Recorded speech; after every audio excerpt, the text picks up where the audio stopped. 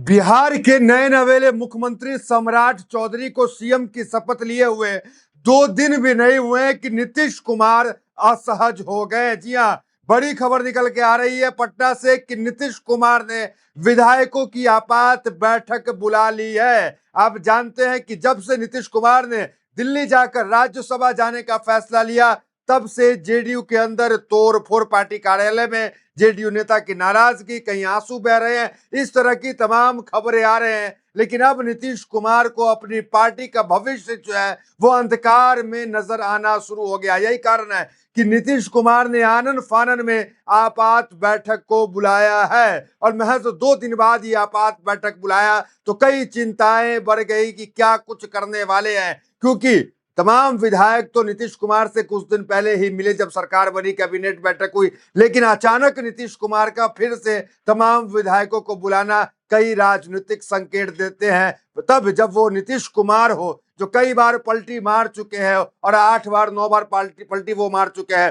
क्या वो 10वीं पलटी मारने को भी तैयार है? आपने एक चीज महसूस किया होगा कि नीतीश कुमार हालांकि एनडीए में है, लेकिन कोई बड़ा नेता नीतीश कुमार के ऊपर कुछ बोलने को तैयार नहीं है। इसके पीछे भी कई बड़ा सस्पेंस है कि क्या नीतीश कुमार ये जो राज्यसभा गए हैं, क्या महज सिर्फ राज्यसभा जा रहे हैं या कोई और नीतीश कुमार का प्लान है? क्योंकि आप जानते हैं पीएम बनने के लिए भी जो सदस्य होता है, संसद का सदस्य या राज्यसभा का सदस्य होना अनिवार्य होता है। तो क्या कोई ऑफर कांग्रेस की तरफ से नीतीश कुमार को अंदर खाने हैं? क्या नीतीश कुमार इसी ऑफर के तहत राज्यसभा गए और फिर एक बार पलटी मारने वाले हैं? पहले सीधा आते हैं कि क्या खबर निकल के आ रही है। आप तो जानते हैं कि नाराजगी लगातार चल रही है, लेकिन हेडलाइंस देखिए। बिहार में फिर सियासी हलचल, जदयू ने 20 अप्रैल को बुलाई अपने विधायक दल की बैठक। दूसरा हेडलाइंस, सीएम बदलते ही सियासत गर्म, नीतीश ने बुलाई जेडीयू की आपात बैठक, 20 को होगा बड़ा फैसला। तो नीतीश कुमार को लेकर यह खबर आ रही है कि बड़ा फैसला 20 तारीख को वो ले सकते हैं। और नीतीश कुमार 36 घंटे से, जी हां, सम्राट चौधरी जब से शपथ लिए तब से नीतीश कुमार घर में अंडरग्राउंड है। 36 घंटे से घर से बाहर नहीं निकले हैं।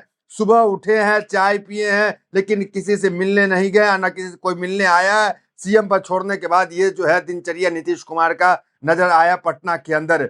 वहीं नीतीश कुमार के बंगले की अभी बात करें, जो बंगला अलॉट हुआ जिसमें वो राहुल गांधी के करीबी हैं और राहुल गांधी के जो है पड़ोसी हैं, राहुल के पास ही उनका बंगला जो है अलॉट हुआ है। वहीं अमित शाह भी उनके पड़ोसी है। दूसरा देखिए क्या खबर है, नीतीश कुमार से नाराज जेडीयू कार्यकर्ता ने पार्टी दफ्तर में किया हंगामा, बर्तन फेंके और गमले तोड़े। तो नाराजगी जो है लगातार जो है कार्यकर्ता की थी। उस बीच नीतीश कुमार की इस बैठक को लोग जो है इंतजार कर रहे हैं कि क्या कुछ हो सकता है, कोई बड़ा सस्पेंस नीतीश कुमार जो है वो दे रहे हैं। क्योंकि आप जानते हैं महज कुछ साल पहले तक नीतीश कुमार इंडिया गठबंधन के अंदर जो है पीएम कैंडिडेट के तौर पे उभर के आए थे और अचानक वो फिर पलटी मार दिए थे। और उनका पलटी मारना तो ऐसा है कि कब 1 साल में पलटी मार दे, कब 6 साल में पलटी मार दे या 6 मिनट में पलटी मार दे, कहा नहीं जा सकता है। वही आरजेडी के नेता और इंडिया गठबंधन की तरफ से उन्हें ऑफर दिया गया है। देखिए हेडलाइंस, नीतीश कुमार इंडिया में वापसी करे और अधूरा काम पूरा करे, अंतिम पड़ाव में समाजवाद की धारा को मजबूत करे, नीतीश जी का इंडिया में स्वागत है। तो ये बयान जो है आरजेडी के वरिष्ठ नेता है शाहीन, उन्होंने ये इस तरह का बयान दिया कि उनका जो है स्वागत है इंडिया गठबंधन के अंदर और जो समाजवाद की विचारधारा को वो लेकर चल रहे हैं उसे आगे बढ़ाने का काम करे, इंडिया गठबंधन में वापस आए। आज भी नीतीश कुमार के आप ट्विटर हैंडल को देखिए, उनके ऑफिस कार्यालय को देखिए, तो समाजवाद के जितने नेता हैं, चाहे वो कर्पूरी ठाकुर हो, चाहे जितने भी नेता हैं, सब उनको तस्वीर में आप देख पाएंगे। तो मतलब नीतीश कुमार भले एनडीए के साथ रहे, लेकिन उनकी छवि एनडीए और भाजपा के वो हिंदुत्व पिच पे खेलने वाली छवि बिल्कुल नहीं रही। उसमें देखिए अखिलेश यादव क्या कुछ कह रहे हैं, जरा वो सुनिए, या उससे पहले तेजस्वी को सुनिए कि तेजस्वी ने क्या कुछ कहा है और तेजस्वी किस तरीके से नीतीश कुमार के साथ खड़े होते दिख रहे हैं। सुनिए कि भाजपा वाला नीतीश जी को रहने नहीं देगा। अब आप बताइए, नीतीश जी जा रहे हैं कि नहीं चले गए दिल्ली? हमारी सहानुभूति है उनके प्रति कि जिस हिसाब से उनको बर्बाद किया भाजपा के लोगों ने। बताइए, विदाई जो व्यक्ति 20 साल तक मुख्यमंत्री रहा उसको राज्यसभा भेजा जा रहा है और भी बीजेपी अपने कोटा से भेजा है कि उनका अपना अधिकार था। समझ जाइए क्या विदाई कर दिया गया।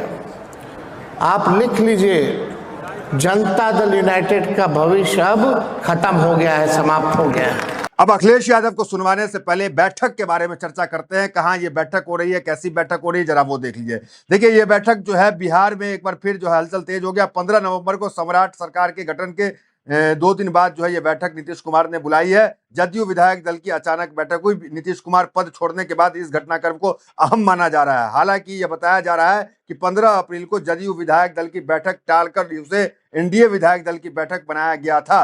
अब नई सरकार के मद्देनजर 20 अप्रैल को जदयू विधायक दल की बैठक बुलाई गई है। हालांकि इसको लेकर कई तरह की क्यास लगाए जा रहे हैं। तो कई तरह के क्यास इसके पीछे लगाए जा रहे हैं कि यह बैठक आखिर क्यों बुलाई जा रही है। ये देखिए, एनडीए के एक सूत्र ने हमें बताया कि बैठक का मकसद अभी तक साफ नहीं है। एनडीए के सूत्र ने बताया कि मकसद अभी तक साफ नहीं है कि नीतीश जी क्यों बुला रहे हैं। मतलब जेडीयू के पार्टी के नहीं, एनडीए के किसी दल के नेता ने बताया, शायद वो बीजेपी के भी हो सकते हैं। क्या बताया, ये हिंदुस्तान की रिपोर्ट है। एनडीए के एक सूत्र ने हमें बताया कि बैठक का मकसद अभी तक साफ नहीं है। एक तरह से देखा जाए तो यह बैठक 15 नवंबर को भी हो सकती थी। उस दिन जदयू विधायक दल की मीटिंग होनी जरूरी भी थी, क्योंकि बिहार में नई सरकार आकार लेने वाली थी। लेकिन नीतीश कुमार ने इसे टाल दिया।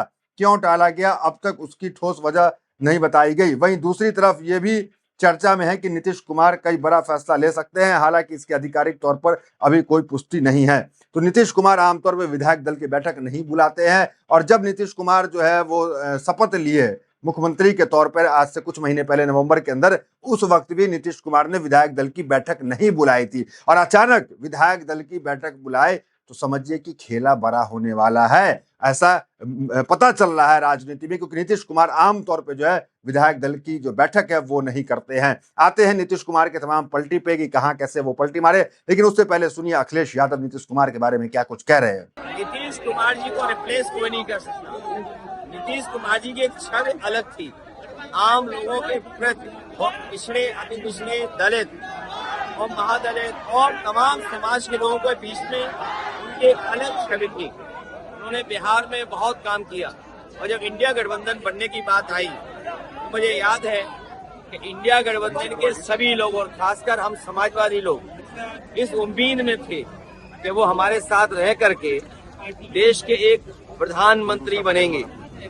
लेकिन बीजेपी का खेल देखिए आप, वो अब प्रधानमंत्री नहीं बन पाएंगे। राज्यसभा के सांसद बनकर के एक सदस्य के रूप में वो रिटायर हो जाएंगे। एक जो हमारा आपका सपना था और नीतीश कुमार जी का खुद का सपना, भारतीय जनता पार्टी ने तोड़ दिया। भारतीय जनता पार्टी वो है जो गवर्नर को मंत्री बनाती है, सीएम को डिप्टी सीएम बनाती है और तमाम स्टूल वाले डिप्टी सीएम बनते हैं और उन्हें 2 टके का काम भी नहीं देते हैं। और तस्वीर लगा करके और हटा करके न जाने किसको संदेश देते हैं कि कौन 2 कौड़ी का है। खुद हैं कि जिनकी तस्वीर हटा दी, अब वो तो बीजेपी आपस में तय करेगी कि तस्वीर वाले क्या कहे जाएंगे, ना तस्वीर वाले कहाँ रहेंगे। वहीं अगर सम्राट चौधरी की बात कर ले तो सम्राट चौधरी को लेकर के भी विपक्ष जो है पूरा हमलावर है और इनके इस्तीफा की डिमांड कर रहा है। इनके जो है कह रहा है कि तुरंत इनको इस्तीफा देना चाहिए। पीके काफी हमलावर है, सुनिए पीको को। फिर आते हैं नीतीश कुमार के तमाम पलटियों का जिक्र करते हैं कि इनको हत्या के आरोप में, ये हत्या के अभियुक्त हैं, इनको तुरंत पद से बर्खास्त करके गिरफ्तार किया जाए।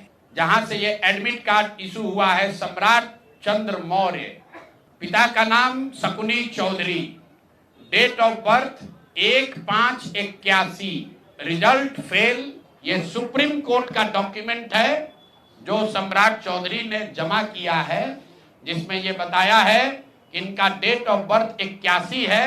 उसके हिसाब से 95 में चीफ जुडिशियल मजिस्ट्रेट ने नाबालिग होने के नाम पर इनको वहां से राहत दी, क्योंकि 2020 का जो सम्राट चौधरी ने अपना इलेक्शन एफिडेविट दिया है, इसमें अपना उम्र इन्होंने बताया है 51 साल।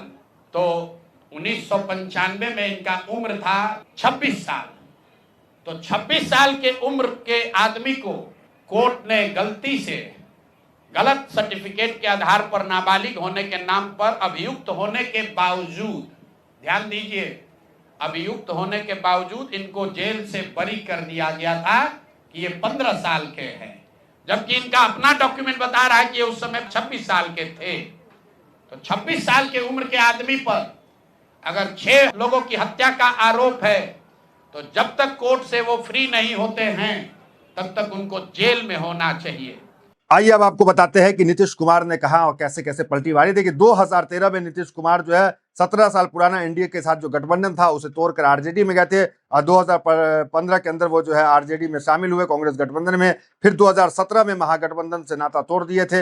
मैच देखिए 2 साल के अंदर, 1.5 साल के अंदर ही गठबंधन में गए, नाता तोड़ दिए। फिर उसके बाद 2022 में फिर एनडीए में चले आए। फिर 2024 में महागठबंधन तोड़ मतलब एनडीए को तोड़ के महागठबंधन में आ गए। फिर महागठबंधन से जो एनडीए में चले गए। तो इस तरह की नीतीश कुमार की ऐसा 8-9 बार जो है पलटी लग चुकी है। तो अब लग रहा है कि नीतीश कुमार क्या फिर पलटी मारने वाले हैं, क्योंकि एनडीए जो विधायक दल की बैठक है आमतौर पर नीतीश नहीं करते हैं और इस वक्त कर रहे हैं। वहीं सवाल ये भी उठ रहा है कि जो अभी सम्राट चौधरी है उसको लेकर के भी काफी विवाद है, उनकी डिग्रियों को लेकर। क्या उसको लेकर के भी नीतीश कुमार कुछ सोच में है, कुछ विचार कर रहे हैं? क्योंकि आप जानते हैं तेजस्वी यादव के ऊपर जब आरोप लगा था घोटाले का तो नीतीश कुमार पलटी ये कह के मारे कि तेजस्वी के ऊपर घोटाले का आरोप है इसलिए हम जा रहे हैं, गठबंधन छोड़ रहे हैं। तो अब क्या सम्राट चौधरी के ऊपर जो आरोप लग रहे हैं, हत्या के आरोप लगाया जा रहा है पीके के द्वारा, फिर उसके बाद फर्जी डिग्री के आरोप लगाया जा रहा है, तो क्या ये भी कारण है कि एक बैठक बुलाई जा रही है? जो कुछ होगा इस बैठक के बाद पता चलेगा। तो फिलहाल इस वीडियो में इतना ही, मिलते हैं वीडियो तो साथ। बहुत बहुत धन्यवाद।